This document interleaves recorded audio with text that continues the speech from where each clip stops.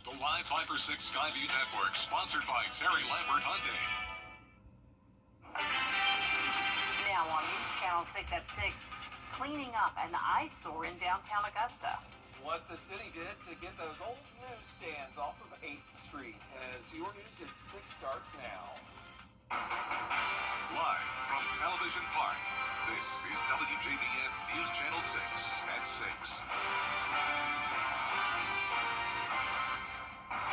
Good evening, everyone. I'm Jenny Montgomery. I'm Brad Means. We do thank you for joining us as coverage you can count on begins with, we're getting close to 1 year since one of the worst storms ever for this part of the country. Remember Hurricane Helene 1 short year ago? We all do. Well, today we're checking on the recovery progress in Scriven County, a place that really got hit with a double whammy. You had Tropical Storm Debbie, which dumped a foot of rain in Newington in August. That storm also washed out roads in Sylvania, and then, 6 weeks later, Helene, leaving close to 50,000 cubic yards of debris to pick up. Cleanup officially finished in March. The EMA director talked to us about changes going forward in case there's another storm. We're going to make some changes, obviously, with our EOC operations.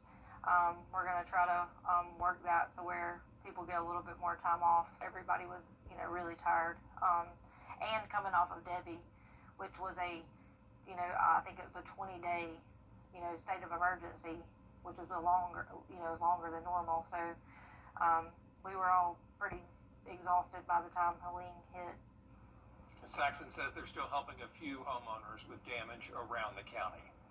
It's time now for a first check of the weather. Our chief meteorologist, Jennifer Tracci, joins us with that. Jenna? I can tell you, Jenna, it is a lot prettier and calmer than it was about this time last year, isn't it? Yeah, a really nice start to the week, Brad. And you can see here on our Terry Lambert Hyundai Skyview Cam in Burke County that we do have mostly sunny skies, just a few fair weather clouds. And as for Live 5 for 6, we're really not seeing much rain here in Georgia or South Carolina, just a sea breeze off the coast. And then you can see here over towards our north and west, a few scattered showers and storms, even some severe storms moving into Mississippi. But our current temperatures here are in the mid to upper 80s. We're staying shy of the 90-degree mark for now. 86 in Augusta, 87 in Sparta, and 85 in Edgefield. Only feeling like the actual air temperature, so we do not have an issue with the heat index today. Relative humidity is nice and low. Winds are coming in from the east, a pleasant breeze up to around 8 miles per hour. And for the rest of your evening, you'll see those temperatures fall back down into the low 80s by 8 p.m., low 70s by 9. And looking ahead, rain chances are coming back into the picture, though, finally, especially by Thursday and Friday. But before we get there, we are heating up 91 degrees for your high temperature tomorrow. I'll have more details on how long the 90s will last coming up, but back to you. Well, the Aiken community is remembering a man many called Jimmy the Greek. Restaurant owner Jimmy Vars died on Friday. He came to the U.S. with just $50, served in the Greek Navy, and traveled the world. He built Variety Restaurant from the ground up and ran it for decades. Known for his generosity, he gave young people their first jobs and often fed those who couldn't afford a meal. Family found him Friday after a gas leak. News of his passing quickly sparked an outpouring of support. Amazing how many people loved and honored our dad. Yeah. The whole Aiken community has been amazing. I will be starting to take over and do what I need to do to make sure everything continues as it needs. The family says they plan to reopen the restaurant in the coming weeks. Arts in the Heart is now over after bringing tens of thousands of people downtown and the Riverwalk. And that means the crowds passed by what some are calling an eyesore on 8th Street. George Escala has the story. Crews packing it away after another successful Arts in the Heart. The Arts in the Hearts group did a wonderful job. They had a compromise not utilizing Broad Street. They had to use rentals and part of the grounds right next to the levee. 8th Street Riverwalk was a part of the festival grounds this year, meaning the crowd went by these. It's such a beautiful city, but I wish they would move these things. I think it would make it look a whole lot more appealing. These things are an old newspaper stand and 3 brochure stands, all empty, weathered, and faded, looking like they've been sitting on the side of 8th Street for years. It's an be cleaned up. We pointed out these abandoned boxes to some of those working on 8th Street. How does it look? It's a little bit of an eyesore, but if the city ain't gonna do nothing about it, that's on the city. We showed the Mayor Pro Tem a picture of what some are calling these Riverwalk eyesores. He agrees they need to be picked up. I believe that could be handled easily, George. I was there yesterday. I apologize. I did not see them. I was looking at everything else. Seeing the abandoned newsstands likely did not ruin anyone's day at Arts in the Heart, but they're not going to be in the way next year after showing the picture to the Mayor Pro Tem. The city had them removed. In Augusta, George Escala, WJBF, News Channel 6. Students at the Academy of Richmond County returned today to newly renovated classrooms. The $40 million project was completed under budget and included 2 years of planning and 2 years of construction. The interior of the building includes modern classrooms, collaborative learning spaces, and safety upgrades. A community open house will be held on Friday, October 10th. Absolutely beautiful work there. Georgia Governor Brian Kemp declaring today Georgia Reads Day. The State Council on Literacy spearheads this every year. The state's invested $18 million so far to get more literacy coaches out there, and so far it's worked, 225 and counting, all across the Peach State. They provide support for schools and help them be their best. We had to do something to address our literacy problem in Georgia. It's a national problem. It's not unique to Georgia, but in Georgia, we said we can't afford to, for our future, for our children not to be reading proficiently when they leave 3rd grade and go into 4th grade, and more than half of them were. That Literacy Council reviews curriculum and teaching strategies to come up with ways to increase the literacy rates and especially help low-income families, minority families, and students with dyslexia. A new safety initiative is underway across South Carolina. K-12 schools are getting high-tech digital maps to help law enforcement respond faster in emergencies. These maps will be securely integrated into 911 dispatch systems and first responders' devices so they can have crucial information in real time. We take it extremely serious and a tremendous amount of pride in the work that we deliver. And for everyone in the state of South Carolina, we're going to treat this as if our own children go to those schools and make sure that they're done properly. To help law enforcement respond, the state has fully funded the project, spending just under $5 million. The maps will be available for law enforcement in 2026 at no additional cost. Coming up, a social media post sparking controversy. What President Trump said over the weekend to spark the pushback. Next. News Nation tonight.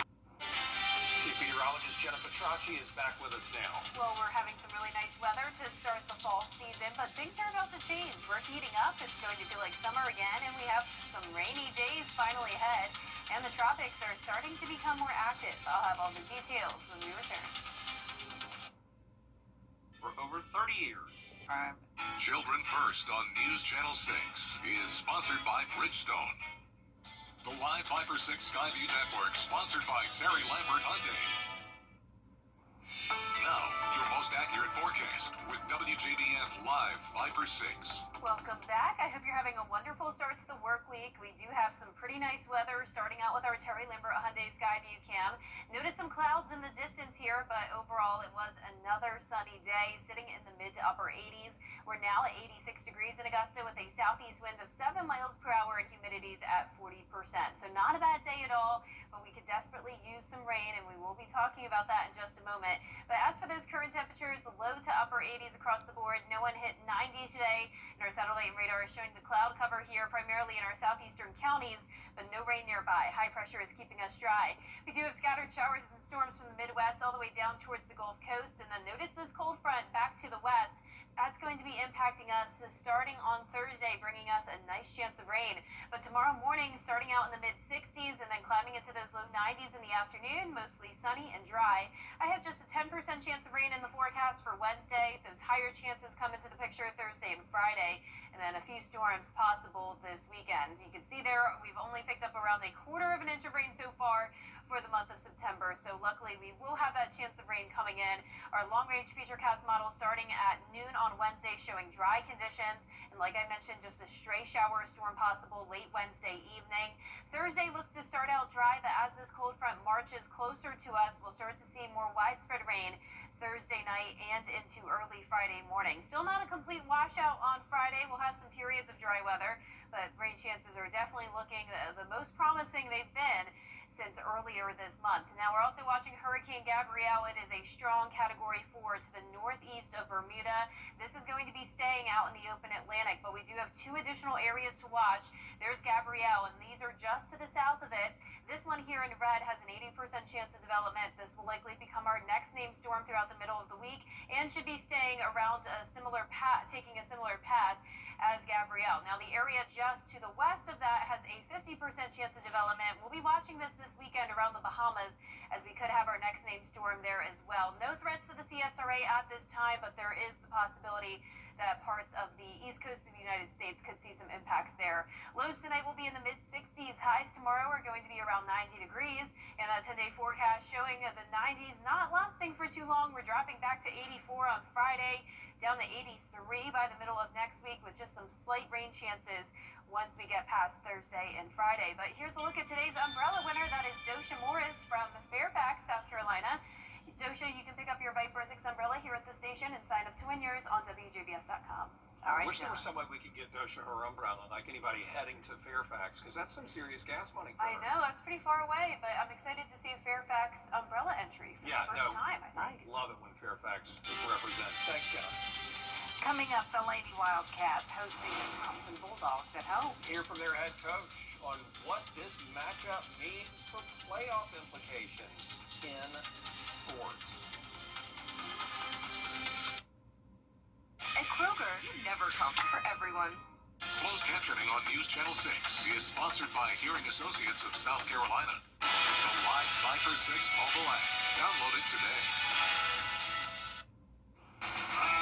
Now, WJBF sports coverage you can count on.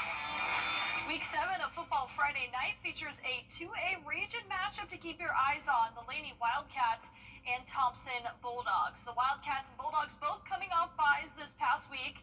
Now Laney is off to a 4-1 start to the season, with their only loss coming in their first game of the year against an undefeated Westside team. Now the Bulldogs, they're off to a 2-3 start, dropping a close back-to-back games against Grovetown and Swainsboro. Now last season it was Thompson that came away with the win. They also hold a 20-1 advantage in the series, but Laney feels like they have what it takes to come away with the win. We were prepared all summer and we worked hard, so we're here now. There's no looking back and what we should have did or could have did. Is just be in the moment. Let's play in the moment, be where our feet at. Go against the best, you want to prove yourself against the best. And Thompson is one of those schools that don't want a state championship, has a great coaching staff.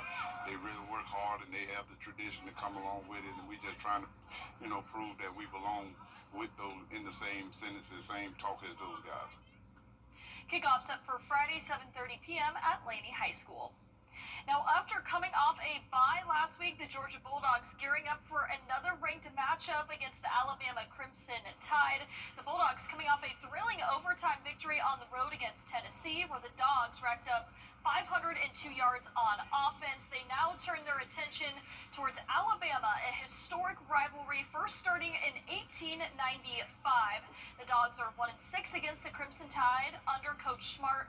All of those games on the road. The last time Georgia beat Bama in Athens was back in 2003. Their 33 home game, a winning streak on the line, and with first-year Georgia players like Zachariah Branch, they're looking forward to the challenge. Definitely saw the atmosphere and the passion of the guys playing in the game on both sides of the ball, and I saw how much it really meant to both teams. So, just taking that fire and taking that energy that we had going into the season, going a chance to go out there at Sanford Stadium and make something happen. Now, kickoff set for Saturday, 7:30 p.m. right here on News Channel 6. We'll have highlights and post-game coverage from Sanford Stadium. Now, The 4-0 Georgia Tech Yellow Jackets off to their best start since 2014. They climbed 2 spots in the national polls, coming in at number 16. The Jackets coming off a 45-24 win over Temple. They also beat Clemson the week before on a last-second field goal. They'll look to go 5-0 as they take on Wake Forest this Saturday on the road. Kickoff set for noon on ESPN. Bunch of great matchups this coming week. Oh, yeah. Gianna, there's too much sports this weekend. Yeah, Too much. totally. I know. Every college football game is great. Yep. You've got the Ryder Cup in golf. This is too much. We have to decide what to watch. DVR. I know. Yeah. So many games. Yes, agreed. Wear that DVR out. Thanks a lot, Gianna. Appreciate you. And we'll be right back. In case we haven't met, I'm attorney Chris. One pair free. Morris Opticians. Worried about spending thousands on a new roof? Now you don't have to. With Renew at 17 from Roof Savers, you can add 17 years to your roof with just one treatment and save big. Call today to see if your roof qualifies. Roof Savers. Save your roof. Save your money.